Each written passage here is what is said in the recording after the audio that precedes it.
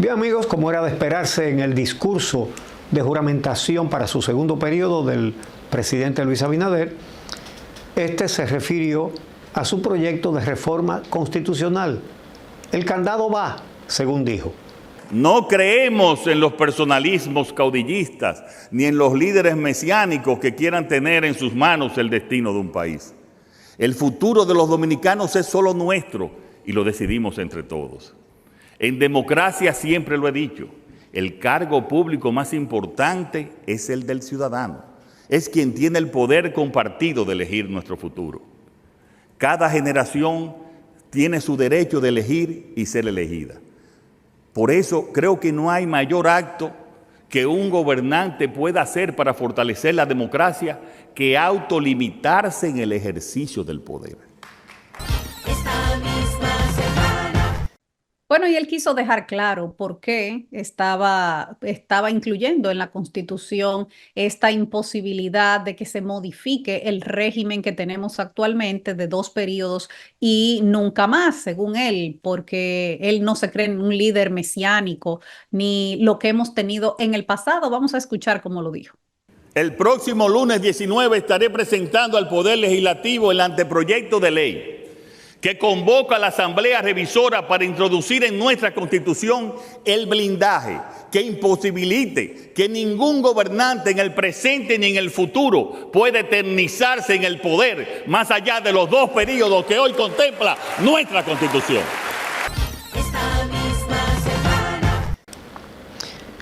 Bueno, con esta decisión, el presidente Abinader cambia la historia y deja atrás a Pedro Santana, a Ulises Heró, a Trujillo, a Balaguer. Y si nos vamos más cerca de la actualidad, a Hipólito Mejía, a Leonel Fernández, a Danilo Medina. Y realmente tiene una importancia trascendental que un presidente haya dado el ejemplo. 2 periodos y jamás. Mira, hay una discusión, por supuesto, en este momento entre los constitucionalistas sobre si esa cláusula pétrea que le ha incluido el presidente en esta reforma para que no se pueda cambiar ese régimen de reelección presidencial, si esto realmente es otro candado para que no se pueda modificar, porque de hecho ya la Constitución dice que son 2 periodos y nunca jamás, y está establecida cuáles son las mayorías que tienen que tenerse para poder modificar la Constitución. Y algunos lo que dicen es que cualquier otro gobernante que tuviera un Congreso como el que va a tener, bueno, como el que ya tiene el presidente Luis Abinader ahora, en el que son mayoría en ambas cámaras, con mayoría suficiente para aprobar lo que sea que quieran, otro gobierno que esté en esas mismas condiciones también puede volver a modificar la Constitución, aunque incluyan esa cláusula que dice que una futura modificación no puede versar sobre el tema del régimen de reelección que ya establece la Constitución. Yo creo que el mensaje es más poderoso dentro de su mismo partido, porque lo que vaya a pasar en el futuro y vayan a hacer en el futuro otros gobernantes, eso es algo que solo lo va a decir el tiempo. Sin embargo, yo creo que él le quiere dejar claro a su propio partido que él no se va a embarcar, en otro proyecto reeleccionista, así que tienen que trabajar, enfocarse y hacer sus planes futuros sin contar con que él va a volver a ser candidato.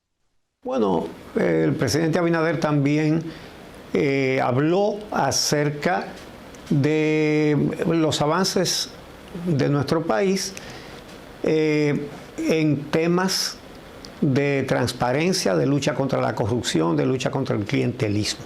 Escuchemos.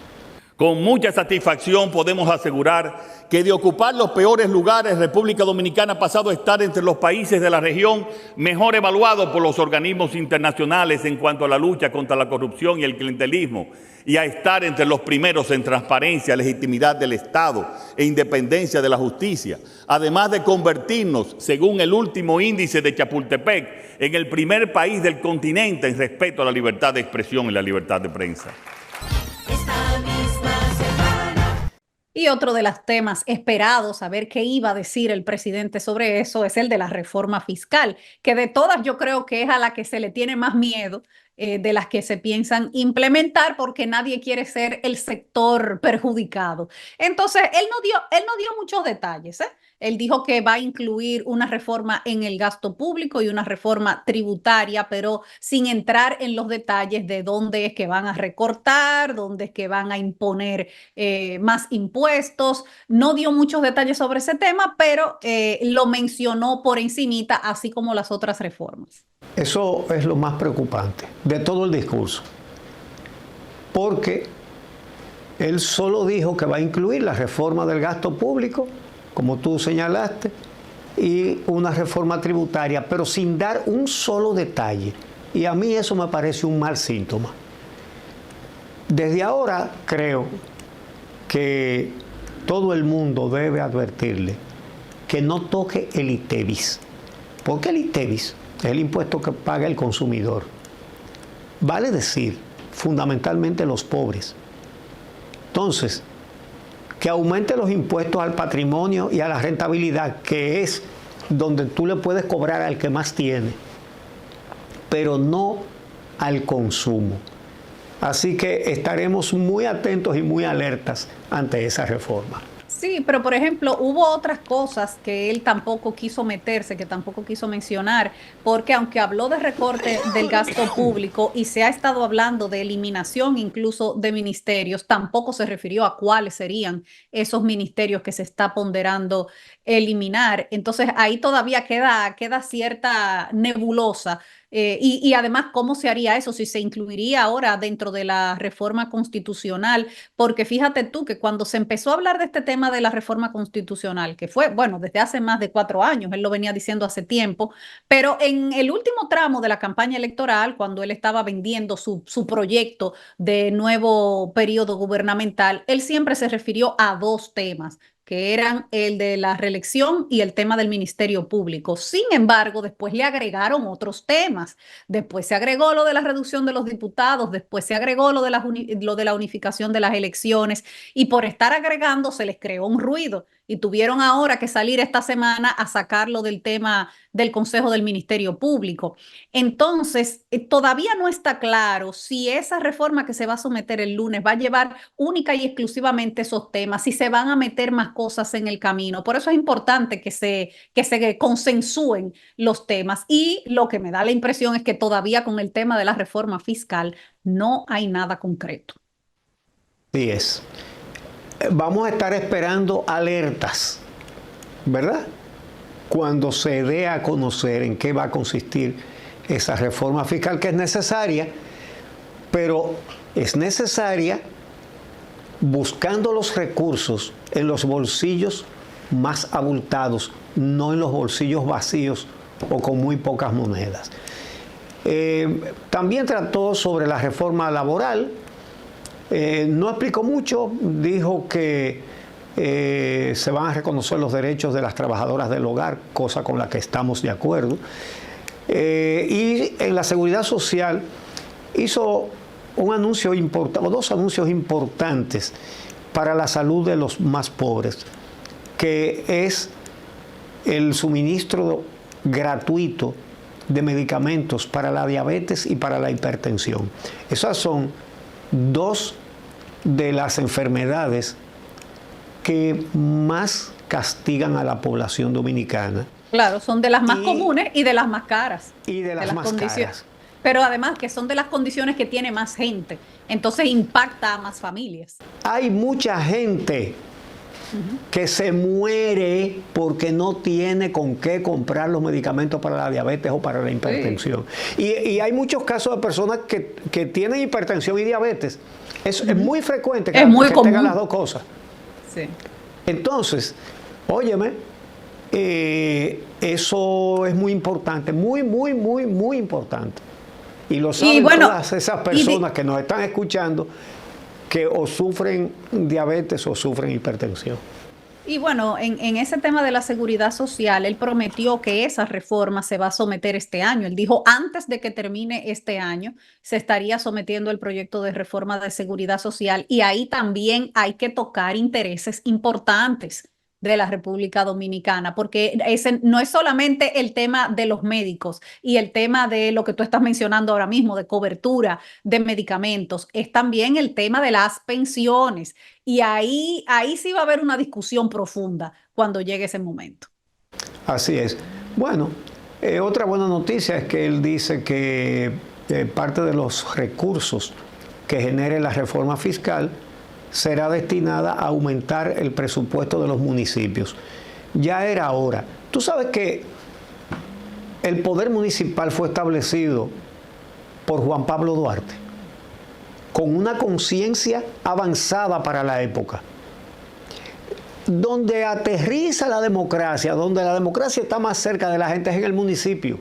El cuarto poder. Sí, y todos los gobiernos le han pasado por encima a eso. El presupuesto para los municipios no se cumple. Ningún gobierno lo ha cumplido. Entonces, es muy buena noticia que se aumente el presupuesto de los municipios para que, pero eso sí, tiene que haber una advertencia. A los municipios hay que aplicarle la ley. Hay que aplicarle la ley porque la ley establece qué porcentaje de su presupuesto se debe dedicar a obras, a servicios y a personal.